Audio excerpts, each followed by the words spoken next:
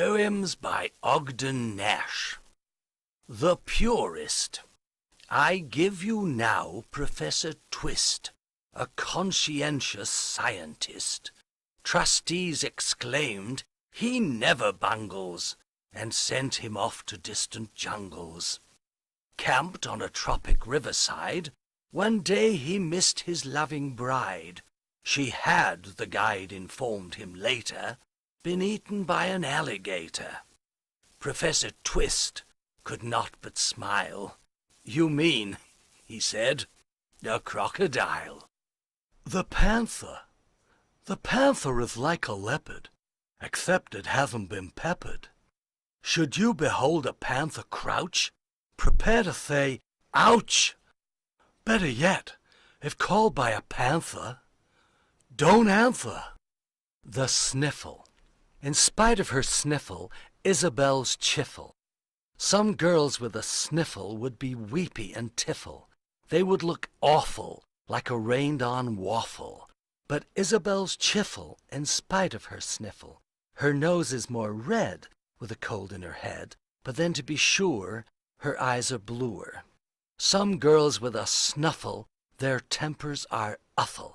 But when Isabel's snivelly, she's snivelly civilly, and when she's snuffly, she's perfectly lovely.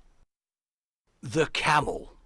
The camel has a single hump. The dromedary, two. Or else the other way around. I'm never sure. Are you? The termite. Some primal termite knocked on wood and tasted it and found it good, and that is why your cousin May fell through the parlor floor today. The eel. I don't mind eels, except as meals, and the way they feels.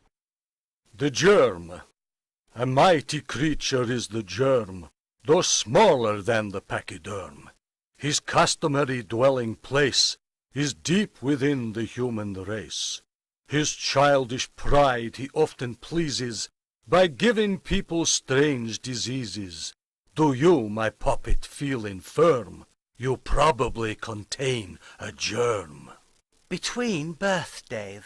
My birthdays take so long to start. They come along a year apart. It's worse than waiting for a bath. I fear I used to fret and fuss, but now, when by impatience vexed, between one birthday and the next, I think of all that I have seen that keeps on happening in between. The songs I've heard, the things I've done, make my own birthdays not so un. The duck. Behold the duck. It does not cluck. A cluck it lacks. It quacks. It is specially fond of a puddle or a pond. When it dines or sups, it bottoms ups. The pig. The pig, if I am not mistaken, supplies us with sausage, ham, and bacon. Let others say his heart is big. I call it stupid of the pig. The octopus. Tell me, O octopus, I begs, is those things arms or is they legs? I marvel at the octopus. If I were thou, I'd call me us. The pizza. Look at itsy bitsy mitzy. See her figure slim and ritzy. She eats a pizza, greedy mitzy. She no longer itsy bitsy. The ostrich. The ostrich roams the great Sahara. Its mouth is wide, its neck is narrow. It has such long and lofty legs.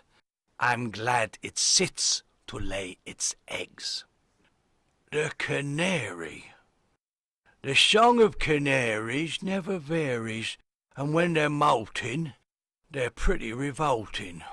There was an old man in a trunk, who inquired of his wife, Am I drunk? She replied with regret, I'm afraid so, my pet. And he answered, It's just as I thunk. There was a young lady named Harris, whom nothing could ever embarrass, till the bath salts one day, in the tub where she lay, turned out to be plaster of Paris. The cat.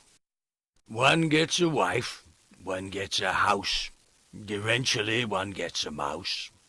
One gets some words regarding mice, one gets a kitty, in a trice.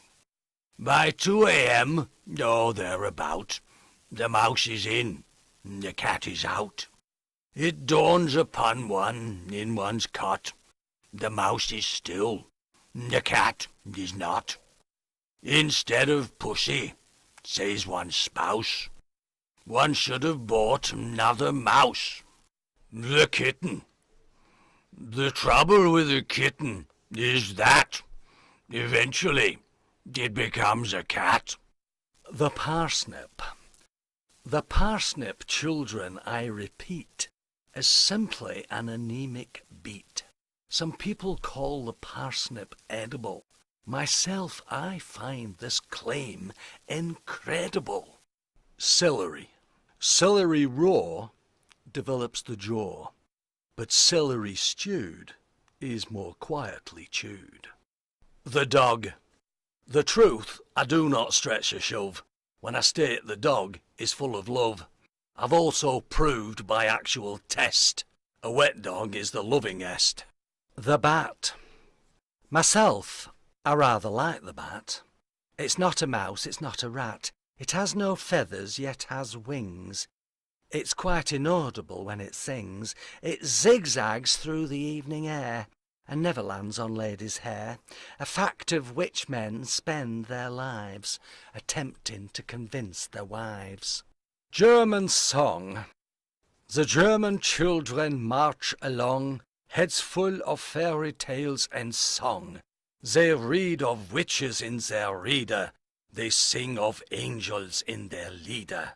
I think their little heads must swim, the songs are jolly, the tales are grim. The wombat. The wombat lives across the seas, among the fair antipodes.